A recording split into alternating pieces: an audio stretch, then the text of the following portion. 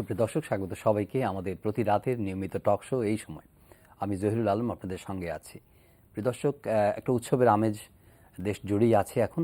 তৃণমূলের নির্বাচন, স্থানীয় সরকারের শক্তিশালী একটি অঙ্গ পৌর কর্তৃপক্ষ জনগণের সরাসরি ভোটে নির্বাচিত হতে যাচ্ছে। দলীয় প্রতীকে প্রথমবারের মতো এই নির্বাচন নিয়ে অবশ্যই উৎসবের আমেজ আছে, আবার উদ্বেগ, উৎকণ্ঠা, শঙ্কা, সংশয় এসবও আছে, অভিযোগ পাল্টা অভিযোগও আছে। লেভেল প্লেইং ফিল্ড কতটা তৈরি হয়েছে, নির্বাচন কমিশন তাদের দায়িত্ব সঠিকভাবে পালন করেছে কিনা, তারা কতটা প্রস্তুত, কিংবা আইনশৃঙ্খলা রক্ষাকারী বাহিনী, প্রশাসন তারা কিভাবে নির্বাচন পরিচালনা করতে চলেছে, এ নিয়ে আলোচনা এখন আছে ভোটের মাঠে। 234টি আসনের এই নির্বাচনে মূলত মেয়র পদে দলীয় প্রতীকে নির্বাচন হচ্ছে এবং তারা এটা একটা দলীয় জনপ্রিয়তা যাচাইয়ের একটা সুযোগ বলে অনেকে মনে করছেন। নির্বাচন সুষ্ঠু হওয়া নিয়ে যেমন আশাবাদ আছে, কিছু রাজনৈতিক দল তারা সংশয়ও প্রকাশ করেছেন। তো পৌর নির্বাচনের এই সার্বিক দিক নিয়ে আলাপ করবার জন্য স্টুডিওতে দুজন অতিথিকে আমন্ত্রণ জানিয়েছি। শুরুতেই পরিচয় করে দিচ্ছি আপনাদের সঙ্গে। রয়েছেন জনাব মিজানুর রহমান খান, বাংলা দৈনিক প্রথম আলোর যুগ্ম সম্পাদক। স্বাগত আপনাকে। আমাদের সঙ্গে আজ আরও যোগ দিয়েছেন আব্দুল আলিম, নির্বাচন পর্যবেক্ষণকারী সংগঠনগুলোর জোট ইলেকশন ওয়ার্কিং গ্রুপ ইডব্লিউজির পরিচালক। জনাব আব্দুল আলিম, স্বাগত আপনাকেও। খুব খুঁটিনাটি প্রশ্নে যাবার আগে একটা লং ট্রেইল ইলেকশন ক্যাম্পেইন চলেছে তফসিল ঘোষণার পর। এই পুরো প্রক্রিয়াটার মাঠের চিত্রটা আপনারা দেখেছেন, সরাসরি দেখার সুযোগ হয়েছে। কেমন মনে হয়েছে যে ভোটের সব কিছু মিলিয়ে ভোটের চিত্রটা কতটা অনুকূল থেকেছে একটা সুষ্ঠু, সুন্দর, উৎসবমুখর নির্বাচন পাওয়ার ক্ষেত্রে আগামীকাল? ধন্যবাদ আপনাকে। আসলে নির্বাচন এবং গণতন্ত্রায়ন এবং মানুষের অধিকার প্রতিষ্ঠা, এটা তো একটা অঙ্গাঙ্গিভাবে জড়িত। তো সেদিক থেকে মানুষ সাধারণত, আমাদের দেশের মানুষ ভোট এলে সে এটাকে একটা বিশেষ উপলক্ষ বা একটা পর্ব উপলক্ষ হিসেবে দেখে। এই নির্বাচন হয়তো সেদিক থেকে ব্যতিক্রম নয়। কিন্তু যে জিনিসটা আমরা বারবার আশা করি যে এই যে এবারে প্রথমবারের মতো দলীয় প্রতীকে নির্বাচন হতে যাচ্ছে, তো প্রথম কথাটা হচ্ছে যে এই যে দলের রিপ্রেজেন্টেশনের জায়গায় যদি দেখেন, এবারে যে কিন্তু বিশেষ করে দুই বড় দল থেকে অনেক বড় এবং খুব গুরুত্বপূর্ণ একটা জায়গা থেকে একটা খুব গুরুত্ব দিয়ে দেখা হয়েছিল যে মনোনয়ন। তো আমি কিন্তু মনে করি যে আমাদের নির্বাচনটা কালকের একদিনের উপরে নয়, কি প্রক্রিয়ায় এটা মনোনয়নটা দেয়া হয়েছিল নির্বাচনের, আমার বিবেচনায় এটা 60 থেকে 70 ভাগ। আমি এটা যদি কোয়ান্টিফাই করি তাহলে আমি 70 ভাগ নির্বাচনের যে আমেজ বা টেস্ট বলেন সেটা কিন্তু ওভার হয়েছে, এটা ইতিমধ্যেই অতিক্রান্ত। সুতরাং আমি এই জনগণের কথা বলে যে কালকেই তারা একটা উৎসব মুখর পরিবেশে ভোট দিবেন এবং ওইখানেই গণতন্ত্রের ফয়সালা হয়ে যাবে, বিষয়টি ঠিক এরকমের ভাবে দেখা একটুখানি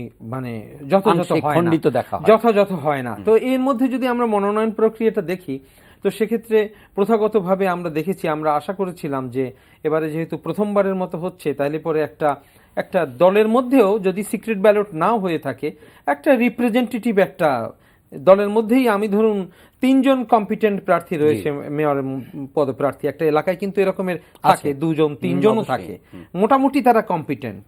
কথা হচ্ছে যে আমি কি প্রক্রিয়ায় দল ওই একজনকে বেছে নিয়েছে, এটা বড় দলগুলো সবার জন্যই মোটা দাগে সত্য কথা। কিন্তু সেখানে কিন্তু আমরা ওই যেটা গণতন্ত্রের ঘাটতি বলি, সেই ঘাটতিটা কিন্তু আমরা লক্ষ্য করেছি। তো এখন হচ্ছে যে আমরা এটার জন্য দমে যাব না। আমরা কিন্তু মোটা দাগে যখন আপনি বলছেন, তখন মোটা দাগে এটাকে অ্যাপ্রিসিয়েট করা যায় যে এই দলের নির্বাচন নিয়ে নানা প্রশ্ন, বিএনপি বা আরও অন্যান্য দলের মধ্যে নির্বাচন পেছানোর দাবি ছিল, তারপরে তারা এটা বিরোধিতাও শুরুতে করেছে, তাদের সঙ্গে পরামর্শ করা হয়নি, কিন্তু তারপরে নির্বাচনে সব দলের অংশগ্রহণে হচ্ছে, এটা একটা ইতিবাচক দিক। এটা আপনি মনে হয় যে এই যদি বলেন যে এই নির্বাচনের সবচেয়ে অনন্য বৈশিষ্ট্য কি, আমার মনে হয় যে সেটা আপনি বলেছেন, যে সেটা হচ্ছে যে সব দলের, বিশেষ করে আপনার 2014 5 জানুয়ারি নির্বাচন যে একটা দেশে জি। একটা ইনক্লুসিভ ইলেকশন আমরা হারালাম, জি। এবং সেটা সত্যি আমার মনে হয় যে সেটা একটা অনুশোচনীয় বিষয় সবার জন্য। দোষ ত্রুটি কার সেটা বড় কথা নয়, কিন্তু ওটা একটা নিশ্চয়ই অনুশোচনীয় উপলক্ষ ছিল। তারপরে কিন্তু এই প্রথম মনে হয় যে আমরা একটা অংশগ্রহণমূলক নির্বাচন হতে যাচ্ছে। তো সুতরাং এই উৎসবকে বা এখানে যারা সবাই অংশগ্রহণ করেছেন জি। এই উপলক্ষটিকে নিশ্চয়ই খাটো করে দেখা যাবে। জনাব আব্দুল আলিম, একটি অংশগ্রহণমূলক নির্বাচনের পৌরোহিত্য করছেন আমাদের নির্বাচন কমিশন। আম, অভিযোগ পাল্টা অভিযোগ তো আছে, সেগুলো আমরা বিস্তারিত আলাপ করব, কিন্তু সাধারণভাবে নির্বাচন কমিশন অভিভাবক হিসেবে নির্বাচনটি সুষ্ঠুভাবে পরিচালনা করার জন্য যে প্রস্তুতি কিংবা যে আশ্বাস, যেই মেকানিজম, যে কৌশল নিয়েছে, মাঠ পর্যায়ে যে আপনার পরিকল্পনা নিয়েছে, তাতে আপনার কি মনে হচ্ছে যে একটা সুষ্ঠু নির্বাচনের জন্য যথাযথ, উপযুক্ত এবং যথেষ্ট প্রস্তুতি তারা নিয়েছে কিনা? ধন্যবাদ। আপনি যেটা বলেছেন যে এই সর্বপ্রথম দলীয় প্রতীকে একটা স্থানীয় নির্বাচন হচ্ছে আমাদের জাতীয় সংসদে। এই সংক্রান্ত আইনটি পাশ হওয়ার পরে জি। খুব সংক্ষিপ্ত সময়ের মধ্যে কিন্তু নির্বাচন কমিশন নির্বাচনের শিডিউল ঘোষণা করেছে, খুবই স্বল্প সময়ে। তার মানে তাদের একটা আর নির্বাচন করার জন্য কিন্তু ব্যাপক প্রস্তুতি দরকার হয়। আমরা শুধু ইলেকশন ডেতে ভোট দিতে যাই, তার আগের যে কাজগুলো, প্রচুর কাজ করতে হয়। এই প্রিপারেশনগুলো তারা নিয়ে স্বল্প সময়ের মধ্যে যে কাজটি করেছে এটা প্রশংসার দাবি রাখে। এবং তারপরে তারা যে কাজটি করেছে, কোড অফ কন্ডাক্ট তৈরি করা, এখানে সকল দলের সমান সুযোগ নিশ্চিত করার জন্য বেশ কিছু ধারা এখানে সংযুক্ত করা হয়েছে। এবং এই ধারা নিয়ে এখন যে ক্ষমতাসীন দল আওয়ামী লীগও বলেছিল যে আমরা আমাদের এমপিদেরকে সুযোগ দিতে হবে, কমিশন কিন্তু সেটা শুনে নাই। এই দিক থেকে প্রশংসার দাবি রাখে। আবার অন্য দিক থেকে যদি আমি দেখি, কিন্তু এই কমিশনও তো আবার প্রস্তাবনা তো ছিল যে না, তারা নির্বাচনী প্রচারণা অংশ নিতে পারবে, মন্ত্রী এমপিরা। যাই হোক, শেষ পর্যন্ত করে নাই। আমি সেখানেই যাব আর কি, কনক্লুশনে যাব। আর আমরা অন্য যে জিনিসগুলো দেখেছি সেটা হচ্ছে আপনার প্রচুর কোড অফ কন্ডাক্টের ভায়োলেশন। এমপি, মন্ত্রী, প্রার্থীর সমর্থকরা নানাভাবে কোড অফ কন্ডাক্টে ভায়োলেশন করেছেন। এবং কোনো জায়গায় ব্যাপক সংখ্যক নির্বাচনী সহিংসতার ঘটনা ঘটেছে।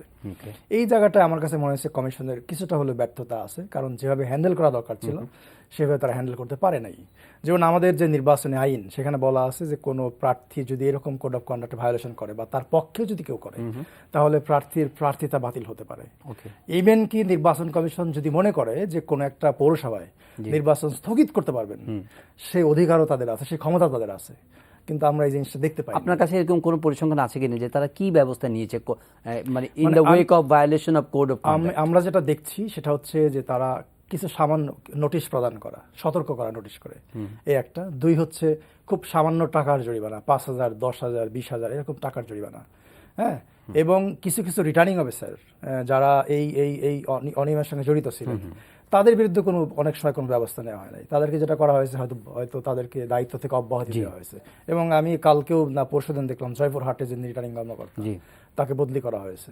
কিন্তু আমাদের কিন্তু নির্বাচনী যে আইন আছে 1991 সালের, যারা এই ভোট পরিচালনা করেন, হ্যাঁ, পোলিং পার্সোনাল, তাদের এই অনিয়মের সঙ্গে জড়িত থাকলে তাদের শাস্তির বিধান আছে।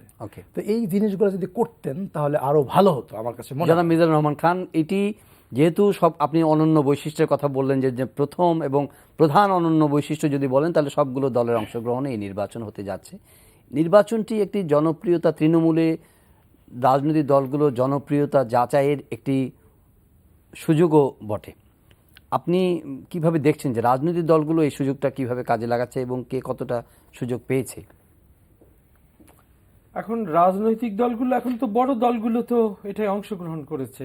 আর এর আগে আপনার 2014 সালে সেই 5 জানুয়ারি নির্বাচনের পরে কিন্তু আমরা ঢাকায় সিটি কর্পোরেশনের নির্বাচন দেখেছিলাম, যেখানে বিএনপি বা মানে সেটাও একটা পার্টিসিপেটরি ইলেকশন ছিল। এবং সেক্ষেত্রেও কিন্তু ইলেকশন কমিশনের যে তার সামর্থ্য একটা অবাধ সুষ্ঠু নির্বাচন করা, সেক্ষেত্রে সেটা নিয়ে প্রশ্ন তোলা হয়েছিল। এবং আমার ধারণা যে এবারেও এটা অংশগ্রহণমূলক নির্বাচন হচ্ছে, কিন্তু এখানেও কিন্তু এবারেও অনেক প্রশ্ন ইতিমধ্যে উঠেছে। এবং রেজাল্টের পরেও আমার মনে হয় যেটা অনেকগুলো প্রশ্ন। সেই প্রশ্নটা আপনার লেভেল প্লেইং ফিল্ড আছে। আপনি বিশেষ করে আমি এটা বলবো, দেখেন, আমি এই যে নির্বাচন সম্প্রতি মানে কয়েকদিন আগে ব্র্যাক বিশ্ববিদ্যালয় থেকে একটা গবেষণা রিপোর্ট প্রকাশ করা হয়েছে, যেখানে বলা হয়েছে যে বিশেষ করে নির্বাচন কমিশনের উপরে যে অবাধ ও সুষ্ঠু নির্বাচন করার যে সামর্থ্য, সেটা থেকে কমিশন অনেক দূরে রয়েছে। এবং তাদের এই যে ডক্টর আলিম, যিনি সাবেক একজন সিনিয়র নির্বাচন কর্মকর্তা ছিলেন, তিনি যে তার যে এখতিয়ারের জায়গাগুলো বলেছেন যে কমিশন এটা পারে, এটা তার এখতিয়ারের মধ্যে রয়েছে। আসলে আমাদের মনে হয় যে এখন এই দিকে নজর দেওয়া দরকার যে আমাদের সাংবিধানিক প্রতিষ্ঠানগুলো কেন ব্যর্থ হচ্ছে। যেমন এই যে ব্র্যাক বিশ্ববিদ্যালয়ের গবেষণায় এটা এসছে খুব পরিষ্কারভাবে, আমি একটুখানি পড়লাম ওই চ্যাপ্টারটা, তো তাতে দেখা গেছে যে যতটা জোর দেওয়া হয়েছে যে নির্বাচন কমিশন এটা করতে পারেনি বা এটা করতে পারেনি, আমাদের মনে হয় এখন এই প্রশ্নটা তোলা দরকার যে নির্বাচন কমিশনের কি এটা পারার কথা ছিল? মানে ব্যাপারটা কি আমাদেরকে অবাক করছে যে এটা কি তার আসলে এটা করার কথা? আজকের নির্বাচন কমিশনের অফিসিয়ালরা, যাদেরকে আমরা বলেছিলাম যে এক্সিকিউটিভের উপরে আমরা ডিসিদের উপরে নির্ভর করব না, আমরা এক্সিকিউটিভ অফিসিয়ালদেরকে নিব না, আমাদের যদি ইন্ডিপেন্ডেন্ট এই ইলেকশন কমিশনের নিজস্ব কর্মকর্তা থাকে তাহলে পরে তাদেরকে দিয়ে নির্বাচন করানো হবে। কিন্তু আজকের কিন্তু তারা সবাই বসে রইলেন, কিন্তু আমরা কিন্তু আমরা নির্বাহী বিভাগের উপর নির্ভরশীল হয়েই কিন্তু আমরা এই নির্বাচনটা পরিচালনা করতে হচ্ছে। সুতরাং এখন এখানে জায়গাটা হচ্ছে যে এই প্রশ্ন যে কেন কমিশন এটা করতে অপারগ থাকলো, তার নিজস্ব লোকবল থাকা সত্ত্বেও যা আমরা এই অবাধ নির্বাচনের জন্য চেয়েছি সেটা কিন্তু আমরা এই অফিসিয়ালদেরকে দিতে পারিনি। আজ আমাদের কাছে আমরা এখন কোশ্চেন তুলছি যে কোড অফ কন্ডাক্টের ভায়োলেশনের জন্য আমরা দেখেছি যে কমিশন সংবাদপত্রের রিপোর্টের উপরে ভিত্তি করে তারা নোটিশ পাঠিয়েছেন, অথচ ব্যাপারটা হওয়া উচিত ছিল কিন্তু উল্টো। তাদের হওয়া উচিত ছিল যে মাঠ পর্যায়ে তাদের যে লোকবল রয়েছে, তাদের যে কর্মকর্তা কর্মচারীরা রয়েছে, তাদের কাছ থেকে তারা ইনফরমেশন পাবেন যে কোথায় কোথায় কে কে ভায়োলেশন করছেন, কোন এমপি মন্ত্রী কি করছেন, তাদের রিপোর্ট থেকে প্রেস রিপোর্ট করবে তাদের উদ্ধৃতি দিয়ে। কিন্তু এখন হচ্ছে উল্টো, যে মিডিয়া তাদেরকে একটা সহায়ক ভূমিকা রাখছে। কিন্তু আবার আপনি যেহেতু মিডিয়াতে আছেন, তো মিডিয়ার প্রসঙ্গটি এনেছেন, আবার মিডিয়া এই ভোট কভার করার ব্যাপারেও তো কিছু রেস্ট্রিকটিভ কিছু মেজার্স বা কিংবা দিক নির্দেশনা এসছে ভোট কেন্দ্রে যাওয়া এবং পুরো জিনিসটা কভার করার ক্ষেত্রে। এটাকে আপনি কিভাবে দেখছেন? এখন দেখুন, মিডিয়ার রেস্ট্রিকশন, এখন সার্টেন রুলস তো মানতে হবে। সেটা আপনি মিডিয়া হন বা আপনি নির্বাচনী কর্মকর্তা হন বা ভোট বা মানে যিনি দিতে যাচ্ছেন, আমরা তো সবাই কোনো না কোনো রুলসের মধ্যে আমাদেরকে মেনে চলতে হচ্ছে। এখন আপনি দেখেন ঢাকা, কিন্তু ইলেকশন কমিশন ভোট কেন্দ্রে সাংবাদিকদের মানে প্রবেশ নিষিদ্ধ, সেখানে সাংবাদিকদের বেশি সময় অবস্থান না করার নির্দেশ দিয়ে এক ধরনের কি বলে যে মানে একটা সুষ্ঠু স্বচ্ছ ভোট গ্রহণের ব্যাপারটাকে একটু বাধাগ্রস্ত করে দিল না? না, এখন এই যে আপনি যেটা এই জায়গাটাই আমি আসছিলাম, সমালোচনা হয়েছে ঢাকা সিটি নির্বাচনেও কিন্তু এই রকমের সাংবাদিকদের, কর্তব্যরত সাংবাদিকদের সঙ্গে কমিশনদের কোনো কোনো অফিসিয়ালের বা কোথাও কোথাও যে ধরনের আচরণের কথা প্রকাশ পেয়েছিল, কিন্তু তাতে কিন্তু স্বচ্ছতার যে একটা ঘাটতি ছিল সেদিকেই ইঙ্গিত করেছিল শেষ পর্যন্ত। এখনো কিন্তু এটা যদি একটা প্রতিষ্ঠিত রেওয়াজ বা নিয়ম নীতির বাইরে যদি কোনো আপনি এটা কড়াকড়ি বা আপনার বাধা নিষেধটা যদি এভাবে আরোপ করা হয়, তাহলে কিন্তু সেটা এই নির্বাচন যে সুষ্ঠুভাবে হচ্ছে কিনা বা নির্বাচন কমিশন কোনো কিছু তাদের দুর্বলতা বা তাদের কোনো একটা গ্রে এরিয়া সেটা লুকোতে চায় কিনা, সেই প্রশ্ন কিন্তু আসবে, এতে কোনো সন্দেহ নেই। এই সমালোচনা তাদেরকে। সিটি কর্পোরেশন নির্বাচনের সময় আমরা দেখলাম যে বিএনপি দিনের শুরুর ভাগেই তারা নির্বাচন থেকে সরে পড়ল। এবারের নির্বাচনে তারা বলল যে তারা সরবে না, তারা থাকবে। আবার ক্ষমতাসীন দলের নেতারা বলছেন যে তারা সরে পড়তে পারেন, নির্বাচন বয়কট করে তারা পদ থেকে ছেড়ে চলে যেতে পারেন। এটা কেন দুই পক্ষে এত জোরালোভাবে কেন বলছেন? আপনার কাছে কি মনে হয়? না, নির্বাচন বয়কট আসলে গণতন্ত্রের জন্য কখনোই ভালো না। কিন্তু যদি কোনো প্রার্থীর কাছে, কোনো দলের কাছে এরকম মনে হয় যে যে পরিবেশটা আছে, যেভাবে নির্বাচন পরিচালনা করা হচ্ছে সেটা তাদের জন্য সমান সুযোগ বয়ে আনছে না, তখন কিন্তু নির্বাচন বয়কট করা আমি মনে করি লেজিটিমেট। এরকম উদাহরণ অনেক সারা দুনিয়াতে অনেক আছে। তো এখন তাহলে আগাম কেন বলা হচ্ছে যে না আমরা সরবো না, আমরা থাকবো শেষ পর্যন্ত যাই হয়? আবার অন্য পক্ষ বলছে যে না, অন্য পক্ষ আবার বলছেন যে তারা নির্বাচন আসলে অবিশ্বাস, সেটা আসলে সন্দেহ, অবিশ্বাস যেহেতু আমাদের যে কালচার, আমাদের যে গণতান্ত্রিক সংস্কৃতি, সেখানে এরকম বয়কট করার কালচার আছে, আবার একই সঙ্গে এরকম অভিযোগ তোলার কালচার আছে। কারণ এখান থেকে এই জিনিসটা এটা হয়। আর একটা জিনিস হলো যে নির্বাচনী ব্যবস্থার উপর ট্রাস্ট, যারা এটার অংশীজন, যারা স্টেক হোল্ডার, তাদের প্রত্যেকের ট্রাস্ট দরকার।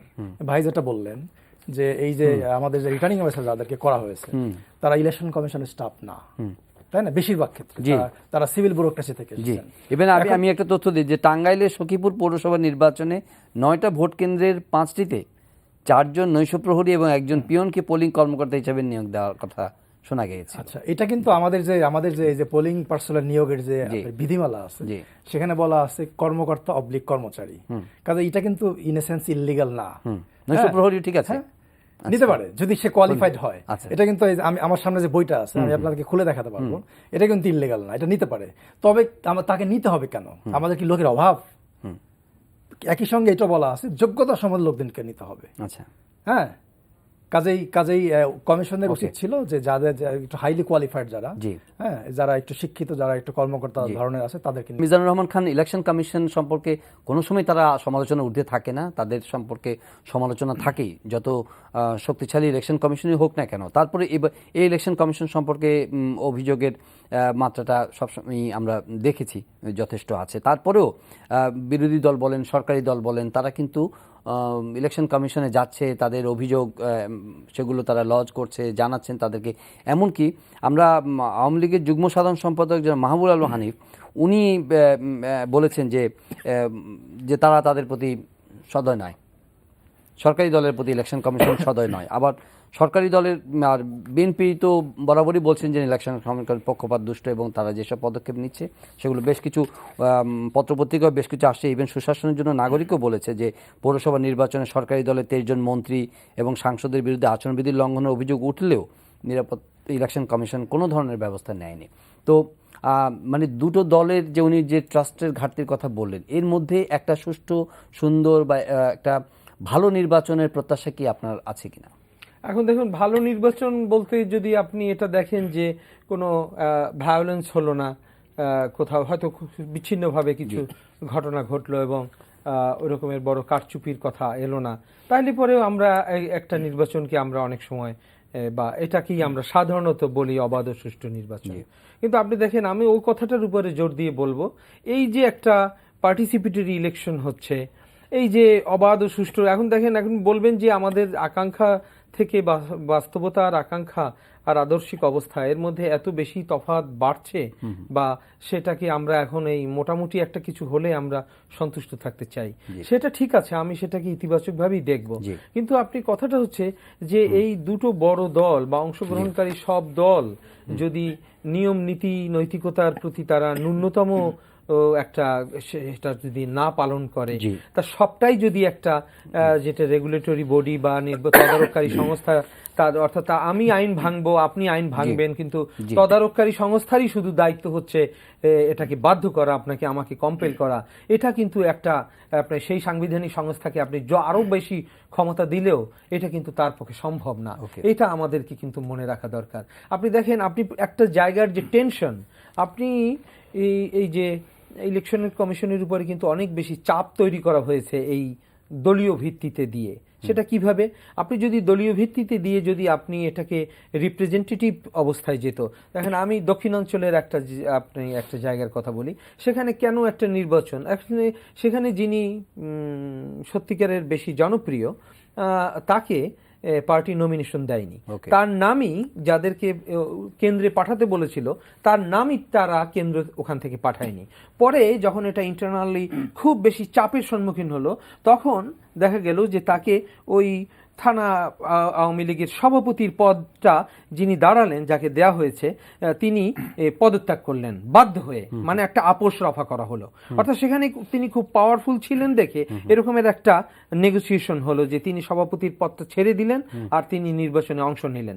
এখন দেখা গেল কি জানেন, ওই যিনি জনপ্রিয় ছিলেন প্রার্থী, তিনি কিন্তু পার্টির যদি নমিনেশন পেতেন তাহলে পরে তিনি একটা ভালো ভোটের মধ্য দিয়ে তিনি আওয়ামী লীগের প্রার্থীটাই জয়ী হতে পারতেন।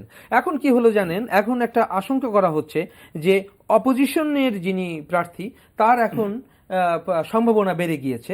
তো এখন সম্ভাবনা বেড়ে গেলে কি হবে, এখন সেখানে আশঙ্কা করা হচ্ছে যে এটা বাস্তবে কি হয় আমি জানি না, কিন্তু আশঙ্কা করা হচ্ছে যে এই যে ঘাটতিটা, এখন দেখেন সত্যিকারের প্রার্থীটা যদি বা যে লোকটি যিনি আসতেন, তাহলে কিন্তু সেখানে এই রকমের আশঙ্কা জনমনে প্রতিফলিত হতো না। কিন্তু এখন এটা মনে করা হচ্ছে যে এখন তাকে তো যদি জেতানো হয় বা তাকে যদি জয়ী করা হয়, তাহলে বুঝি এটা করা হবে, বা জয়ী করানোর জন্য একটা জবরদস্তির আয়োজন হতে পারে। এখন এই যে দেখেন এই যে জায়গাগুলো, এটা কিন্তু ওই সংশ্লিষ্ট ইলেকশন, তিনি নির্বাহী বিভাগের হন বা ইলেকশন কমিশনের অফিসিয়াল হোক, যার উপরেই হোক, তাদের উপরে কিন্তু একটা চাপ পড়ে।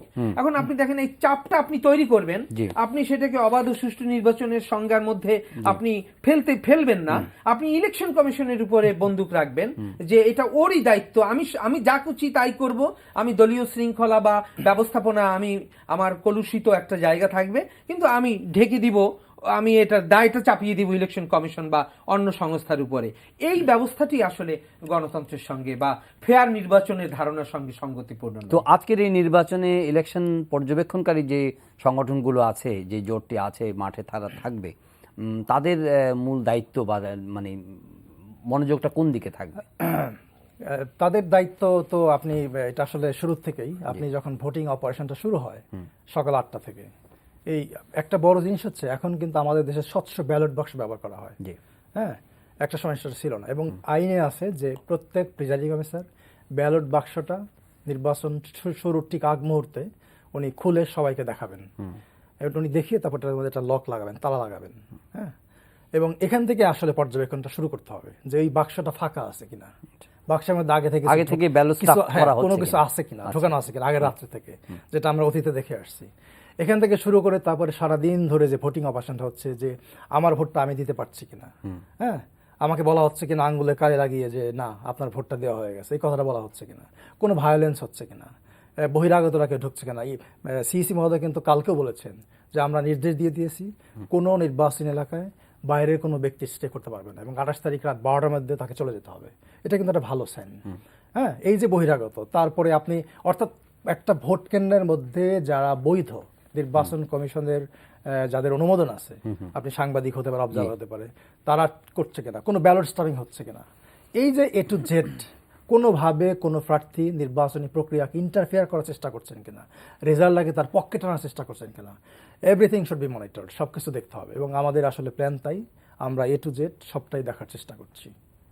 রাজনৈতিক বিশ্লেষণ থেকে এই নির্বাচনটা মানে কি ধরনের সমীকরণ তৈরি করবে? হারজিত যাই হোক না কেন, বিএনপি জানুয়ারি 5-এর ইলেকশনে যায়নি, কিন্তু এই নির্বাচনে যে তাদের অবস্থানটাকে আপনি কিভাবে মূল্যায়ন করছেন? এবং তারা যে আশঙ্কা করলেও তারা বলছে যে বিভিন্ন রকম অভিযোগ তারা তুলছে, আবার বলছে যে ইলেকশনে থাকবে, কেন তারা এই কৌশলটি নিচ্ছে বলে আপনার মনে হয়? আমার মনে হয় কি জানেন, যেটা বিএনপি বিরোধী দল হিসেবে আমি মনে করি যে তার একটা সত্যিকারের অর্থে যদি বলেন, তারও কিন্তু একটা লেজিটিমেসি ক্রাইসিস রয়েছে। এটা শুধুমাত্র সে বলছে 5 জানুয়ারি একতরফা নির্বাচন হয়েছে বলে সরকার একটা লেজিটিমেসি ক্রাইসিসের মধ্যে রয়েছে, কিন্তু আমি মনে করি যে এই দলটির যদি আপনি গত 10 বছর, বিশেষ করে গত 7-8 বছর এই সংগঠনটি যেভাবে চলছে, তাতে আমি কোনো গণতান্ত্রিক ব্যবস্থার মধ্যে এই দলটি চলে এটা আমার কাছে প্রতীয়মান হয় না। আপনি দেখবেন যে এর না হচ্ছে কোনো কাউন্সিল, না হচ্ছে কোনো ক্রেডিবল, আপনি জনসভার কথা বাদ দেন, তারা বলে যে জনসভা হলে তাদেরকে বাধা দেয়া হয়, কিন্তু আপনি তার যদি ইন্টারনাল মেকানিজমের দিকে যদি তাকান, তাহলে আমি কোনো ক্রেডিবল কোনো মিটিং বা তার কোনো লেজিটিমেট ডিসিশনের কথা আমি অন্তত জানতে পারি না। স্ট্যান্ডিং কমিটির বৈঠক না, এগুলোকে আমার কাছে ওই স্ট্যান্ডিং কমিটির যদি আপনি তার গঠনতন্ত্রের সঙ্গে যদি এর কনস্টিটিউশনের যদি আপনি কম্পোজিশন বা এর যদি আপনি মেয়াদের বিষয়টা দেখেন, অর্থাৎ তার দলের গঠনতন্ত্রের আলোকেই যদি আপনি দেখেন, তাহলে কিন্তু আপনি এখানে কিন্তু একটা ক্রাইসিস দেখতে পাবেন।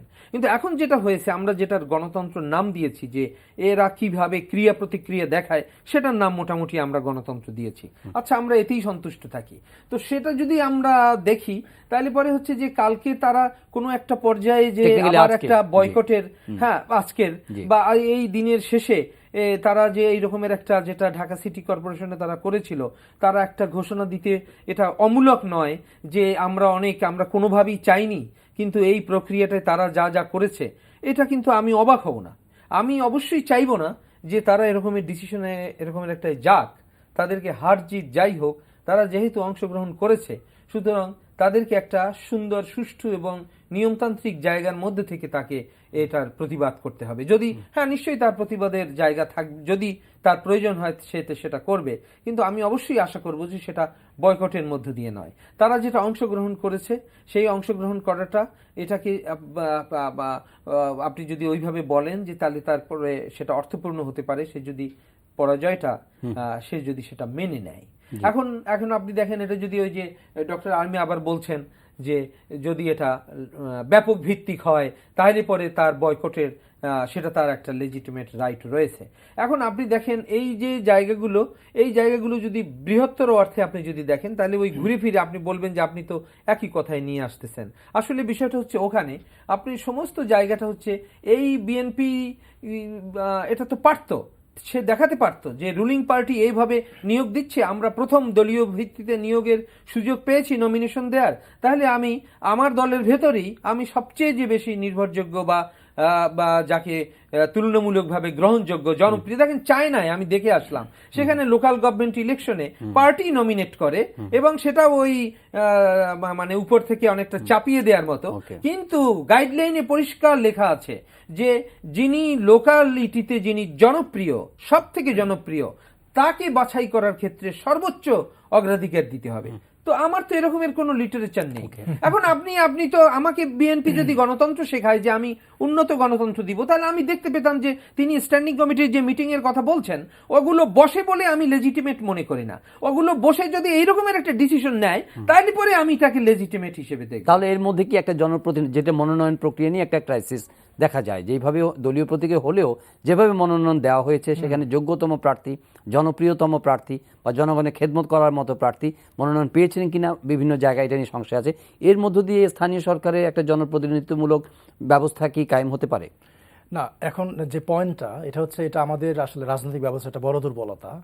আমরা যদি একটু পিছনে ফিরে যাই, 2007 সালে আমাদের যে মূল যে নির্বাচনী আইনটা, আরপিও, গণপ্রতিনিধি আদেশ, এখানে একটা ধারা সংযুক্ত করা হয়েছিল।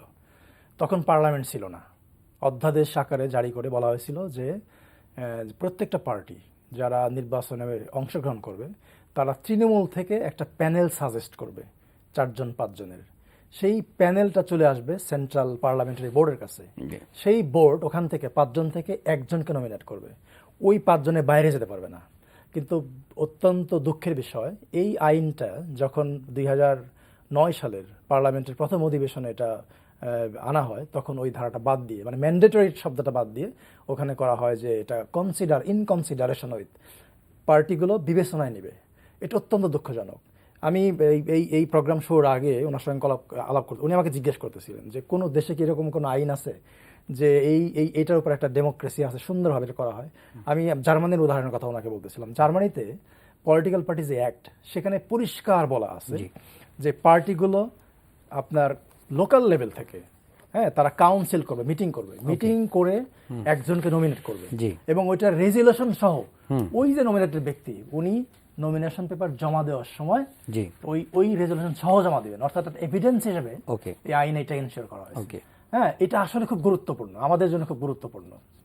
আমি এই প্রসঙ্গে একটা বাক্য শুধু বলি। সাবেক আমাদের মরহুম প্রধান বিচারপতি জাস্টিস মোস্তফা কামাল জার্মানিতে গিয়েছিলেন এবং তিনি জার্মানির একজন সিনিয়র জাজের সঙ্গে কথা বলেছিলেন এবং উনি ফিরে এসে আমাকে এই গল্পটা বলেছিলেন।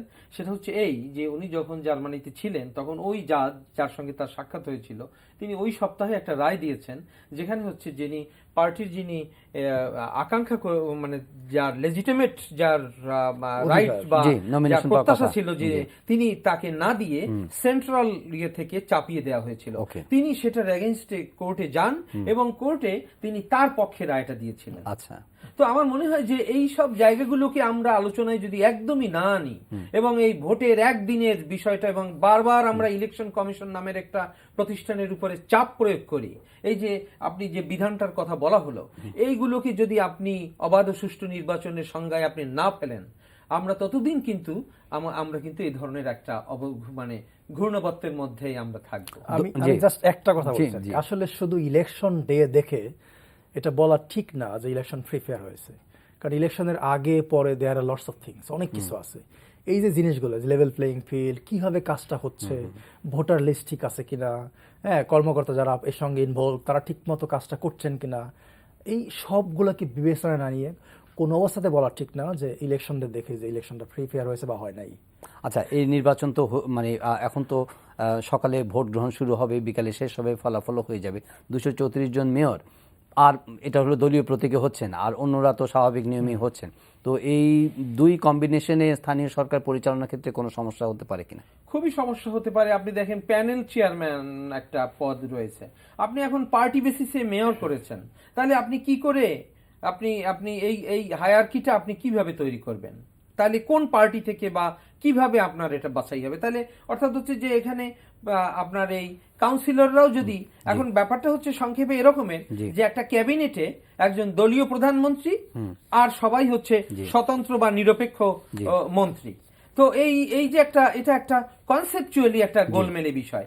আপনি প্রথমে বললেন যে এটা ওয়েস্টার্ন ডেমোক্রেসি বা উন্নত গণতন্ত্রে দলীয় ভিত্তিতে হয়, তো আপনি তখন মাঝপথে কেন থেমে গেলেন? কোনো তো চাপ ছিল না, বিএনপিও কিন্তু দাবি করেনি যে এটাকে পার্টি বেসিসে করা হোক। সুতরাং এইটাকে আমি বলবো যে এটা একটা খণ্ডিতভাবে করা হয়েছে এবং খুব সুচিন্তিতভাবে করা হয়েছে বলে মনে হয়নি। যদি এটাকে পার্টি বেসিসেই করতে হয় তাহলে আমি ওটাই বলবো যে পার্টির যে নমিনেশনের যে একটা প্রাইমারি যেটা যুক্তরাষ্ট্রের ব্যবস্থায় রয়েছে, ওরকমের একটা স্বচ্ছ অবস্থায় একটা নমিনেশন প্রক্রিয়ার মধ্য দিয়ে আপনার কাউন্সিলর এবং পুরোটা দলের ভিত্তিতেই করা হোক ফেয়ারলি, যেটা। আর যদি সেটা সম্ভব না হয় তাহলে পরে আমার মনে হয় যে নেক্সট ইলেকশন যে আমাদের আবার আরেকটা টায়ারে আসতেছে ইউনিয়ন পরিষদে, সেখানে আমার মনে হয় যদি সেখানে ওই চেয়ারম্যানদেরকে শুধু দলীয় ভাবে রেখে আর বাকিদেরকে আবার এইভাবে নির্দলীয় ভাবে রাখা, এটা আমার মনে হয় যে আরো জটিলতা তৈরি করবে। কোনো গণতন্ত্রই তো পারফেক্ট নয় এটা বলা হয়, কিন্তু তারপরেও আমাদের যে নতুন প্রক্রিয়াটার সূচনা হলো এবং সেই প্রক্রিয়াটার মধ্যে একটা ইনক্লুসিভ ইলেকশনের আবহ তৈরি হয়েছে, অভিযোগ পাল্টা অভিযোগ, সংশয়, আস্থা, যাই কিছু থাকুক না কেন, এই নির্বাচনের মধ্য দিয়ে ওয়ান স্টেপ ফরওয়ার্ড হচ্ছে বা হতে যাচ্ছে, এটা কি আপনি মনে করেন কিনা? হ্যাঁ, অবশ্যই অবশ্যই, কারণ এটা এই 7 বছর পরে এটা একটা পার্টিসিপেট ইলেকশন যেখানে সব দলের অংশগ্রহণ আছে, এটা তো অবশ্যই একটা বড় দিক। আর পার্টিজান নিয়ে যে কথাটা আসছে, এটা আসলে আমি আপনার পয়েন্টে একটু ফিরে আসতেছি। যে প্রবলেমটা হবে আমাদের দেশে কিন্তু যে লোকাল গভর্নমেন্টের আইন আছে, একজন মেয়রের বিরুদ্ধে যদি কোনো এই মামলা টামলা হয় তখন তাকে বহিষ্কার করা হয়। বহিষ্কার করে তখন কি হবে? উনি তো দলীয় প্রতীকে নির্বাচিত হয়েছেন, কিন্তু কাউন্সিলররা কিন্তু দলীয় প্রতীকে নির্বাচিত হন নাই। তখন কি আমরা একজন নির্দলীয় কাউন্সিলরকে দলীয় পদে বসাবো? এটা একটা ক্রাইসিস দেখা দেবে। আর আমাদের যেটা আসলে দেখা দরকার ছিল, সারা দুনিয়াতে এই যে লোকাল গভর্নমেন্ট ইলেকশন বা সিলেকশন আমরা যেটাই বলি, এটা আমি দেখেছি 5 রকমের হয়। একটা হচ্ছে টোটালি পার্টিজান, মানে যত পদ আছে সবই পার্টিজান ভিত্তিতে ইলেকশনটা হয়। 2 নাম্বারটা হচ্ছে টোটালি নন পার্টিজান, এরকম আছে। আপনি ক্যালিফোর্নিয়া যদি দেখেন, এখানে টোটালি নন পার্টিজান, এখানে পার্টি কোনো কথা বলতে পারে না। কোথাও কোথাও আছে there is no election in the local government, কোথাও নাই, এরকম আছে মালয়েশিয়া। আবার কোথাও এই যে বাংলাদেশের মতো একটা মিক্সচার আছে, ঠিক বাংলাদেশের মতো। যেমন ঘানাতে যেটা হয়, ধরেন যে একটা মিউনিসিপ্যালিটি 3টা পোস্ট আছে, একটা পোস্টের জন্য নির্বাচন হয় না, ওইটা নমিনেট করা হয়, আর বাকি 2টার জন্য ইলেকশন হয়। হ্যাঁ, আর আরেকটা হলো টিপিক্যালি নন পার্টিজান, যেটা বাংলাদেশে এতকাল ছিল, party behind the scene support দিতে সব করছে, হ্যাঁ, কিন্তু বলতে পারছে না যে আমি এই পার্টির প্রার্থী, এরকম ছিল। আসলে আমাদের এই জিনিসগুলোকে বিবেচনা নিয়ে একটু আলাপ আলোচনা করে যারা এটার সঙ্গে অংশীজন তাদের সঙ্গে কথা বলে তারপর আইনটা সংশোধন করলে বোধহয় আমাদের জন্য ভালো হতো। তো শেষ করছি, তবে হ্যাঁ, ওই যে 7 বছরে প্রথম পার্টিসিপেট, এখানে একটুখানি তথ্যগত একটা বিষয়, সেটা হচ্ছে যে আমরা কিন্তু কেয়ারটেকার গভর্নমেন্ট বাতিলের আগে আমি মনে করি যে অন্তত ওই ধারাটা ন্যূনতম, যেটা শামসুল হুদা সাহেব কমিশনে ব্রিগেডিয়ার সাখাওয়াত সাহেবরা যখন ছিলেন, সেই সময় কিন্তু একটা জিনিস প্রজেক্ট করা হয়েছিল এবং কেয়ারটেকার গভর্নমেন্ট কেন বাতিল করা হবে সেটা সপক্ষে যুক্তি দিয়ে এটা বলা হতো 2009 থেকে তত্ত্বাবধায়ক সরকার বাতিলের আগ পর্যন্ত সময়ে যত লোকাল গভর্নমেন্টের ইলেকশন হয়েছে তাতে কিন্তু একটা উল্লেখযোগ্য সংখ্যক, ইভেন কোনো ক্ষেত্রে 60% 40%ও এইভাবে অপোজিশন এবং সরকারি দলের মধ্যে প্রার্থীরা জিতেছিল। সেরকমের একটা ব্যাকগ্রাউন্ড কিন্তু আমাদের রয়েছে এই সরকারের, মানে এই পড়বেন না, এই সরকারের সময়, মানে অর্থাৎ হচ্ছে এই দলের সরকারের সময়। তো আমি মনে করি যে সেটার একটা আশঙ্কা কোথাও কোথাও তৈরি হচ্ছে যে ওই যে প্রপোর্শনেট ওই proportionate, অবস্থাটা হ্যাঁ, ছিল সেটা খুব ডিসপ্রপোর্শনেটলি Okay. মানে হয়ে যাওয়ার আশঙ্কা তৈরি হয় কিনা। তো আমি এটা আশা করব যে আমাদের সমাজে আমরা এটা বুঝতে পারি যে Check and balance. হ্যাঁ, আমরা আমাদের ওই যে একটা মোটামুটি ভারসাম্য, জি। আমার মনে হয় যে নির্বাচন কমিশন সেটা একটা বোধযোগ্য, সেইটাকে যাতে আমরা খুব বেশি আমাদেরকে অবাক হতে না অবাক হয়। হতে না আমরা হয়। অবশ্যই আমরা যে একটা অংশগ্রহণমূলক নির্বাচন পেয়েছি সেটার আনন্দটা যেন আসলে আমরা ভাগাভাগি স্থায়ী করে হয়, নিতে পারি স্থায়ী এবং হয়। সেটা একেবারে খুব বেশি মানে যে নিশ্চয়ই জনগণ যে রায় দিবে সেটার প্রতিফলন যেটা হবে সেটা তো অবশ্যই আমাদেরকে মানতে হবে, কিন্তু তারপরেও আমার দিক থেকে আমি জি। এটা আশা করব যে খুব আশাভঙ্গের জি। ঘটনা না ঘটে। ধন্যবাদ জনাব মিজানুর রহমান খান, ধন্যবাদ জনাব আব্দুল আলিম স্টুডিওতে আসার জন্য। প্রিয় দর্শক, আমরা অনুষ্ঠান এখানে শেষ করছি। সকালেই ভোট গ্রহণ শুরু হবে, বিকেল পর্যন্ত ভোট চলবে। একটি সুষ্ঠু, শান্তিপূর্ণ এবং সৌহার্দ্যপূর্ণ পরিবেশে ভোট হবে, ভয়ভীতিমুক্ত পরিবেশে ভোট হবে, আইন শৃঙ্খলা সুষ্ঠু থাকবে, নির্বাচন কমিশনের যথাযথ নজরদারি থাকবে। সবগুলো দল উৎসবমুখরভাবে এবং যারা ভোট দিবেন তারা উৎসবমুখর পরিবেশে ভোট দিতে পারবেন এবং সুন্দর একটি দিন শেষে শান্তিপূর্ণ একটি নির্বাচনের খবর আমরা দিতে পারবো সবাইকে। সেই আশাবাদ রেখে একটি শক্তিশালী স্থানীয় সরকার নির্বাচন অনুষ্ঠিত হবে এবং জনগণের সত্যিকার প্রতিনিধিরা নির্বাচিত হয়ে আসবেন, এই আশাবাদ রেখে আজকের অনুষ্ঠান এখানে শেষ করছি। সবাই ভালো থাকবেন, দেখা হবে আবারও পরের অনুষ্ঠানে।